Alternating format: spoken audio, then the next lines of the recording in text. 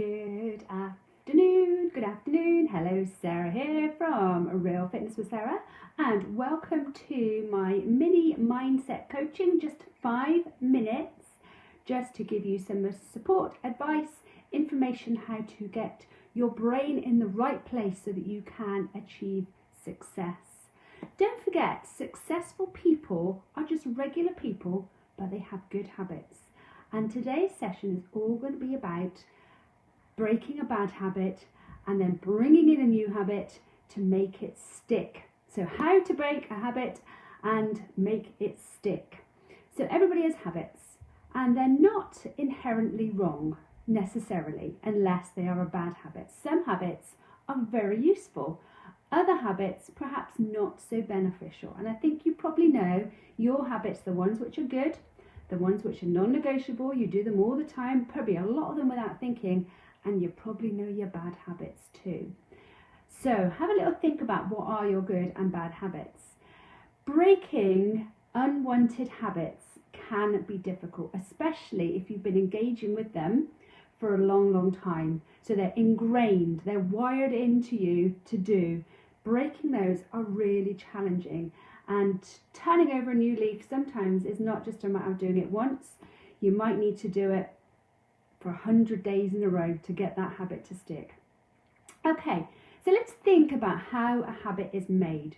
So I'm just going to have a nice simple one. So the habit here is that you sit down in the evening and you want to eat biscuits. That's your habit. So let's think about it. So there's 3 R's when it comes to making a habit. There's the reminder, the trigger, the cue, the conscious behavior. So the reminder is the trigger when you sit down in the evening. It's time to eat a biscuit. So when you enter your lounge or sitting room, wherever you're going to sit, the trigger is there. I'm entering my lounge in the evening. I need to eat a biscuit now. It's that cue. You've been doing it for ages, on and on and on. It's ingrained. That is the reminder. The routine is the behavior that's associated with the trigger. So now you must eat the biscuit.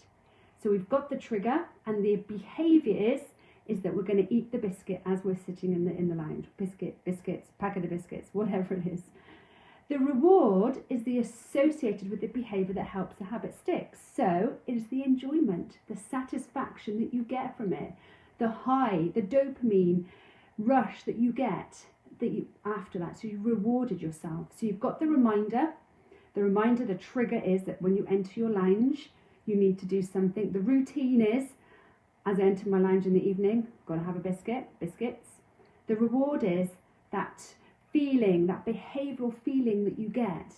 And it's the biscuit, it's obviously given it to you, but what can you replace that with? Because we all know that eating, biscuits, several of them in the evening is probably not going to be beneficial for your health long term. Yeah, the odd one or two for a treat is great, but not ongoing. And we all know as well, sugar is very addictive, so not many people can stop with just one biscuit. And hats off, I should say, to those who can. Okay, identify your triggers. How are you going to do that? So just think about that habit that you have. Think about it right now, that bad habit that you have. Where does this habit behavior begin? Where is the starting point? Is there a time of day? How do you feel when it happens as well? Or is it just unconscious? It's just, you just do it because you've done it for so long. How do you feel when it happens? Other people, are they involved as well? So does it have to be that, in fact, you don't need to eat that biscuit if you're the only one in the room, for example, but because it's got your family in there, your loved ones, and it's just like all part of that cozy little sort of evening that you need to eat the biscuit. And does it happen right after something else as well? So just think of what triggers that. Is there something before that? So you've had your dinner and you're like, now I need something really sweet to eat. So is there a trigger there as well? So focus on what you need to change. So that's your next step. Why you need to change. Focus on why you need to change. Why do you need to change that? If you're just having one biscuit in the evening, that's fine. That's, what's wrong with that? That can be part of your calories. It can be part of, having a balance in your healthy lifestyle, one biscuit. But if it's, not stopping at one, and by the time you know it, you've eaten a whole packet of biscuits, and then you're searching around your cupboards for something else to eat, now that can be a problem. So focus on why you need to change that habit, and obviously pick your bad habit and apply that. Is it valuable or beneficial to you? Is eating a packet of biscuits, half a packet of biscuits every night beneficial? Probably not.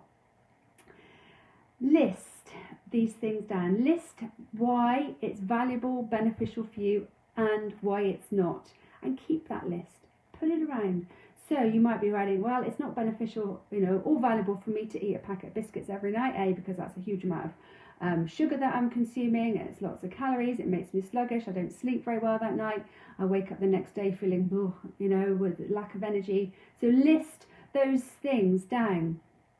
Okay, what else can we do to keep this habit? So we're going to change from this eating biscuits every night. What are we going to do to change this?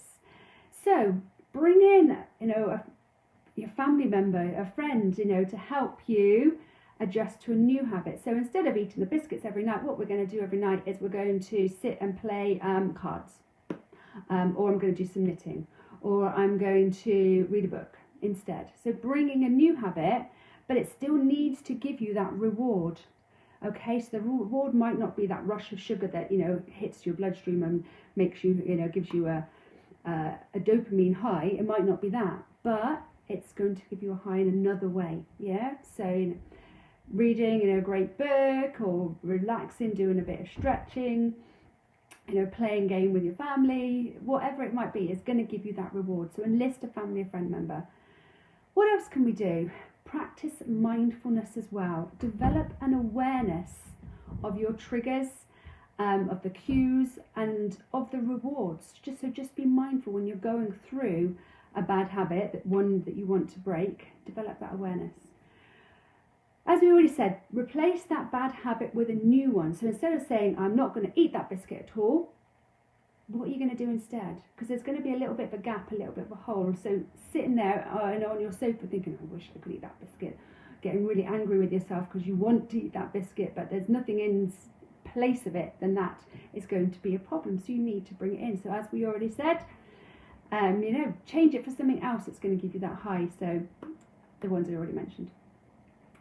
And don't forget to leave yourself reminders as well. So leave yourself. So when we think about the biscuit trigger, a biscuit box might be right there. So instead, perhaps put a book in the lounge ready, or leave a little note for you. Or if you're going to play, a game of cards or a board game with your family, leave that out ready, so that all these things are ready for you, so you can see them to give you that little reminder that that's now part of your new habit and the old habit's gone. Okay, habits will change you. It really, really will change how you do things if you break those bad habits and bring in the new ones. But you've got to bring it in and just make sure that you follow those little sort of triggers. Okay, hope that's helpful. Good to see you. This will be saved so you can refer back to it at any point. Have a great afternoon. Take care. Bye-bye.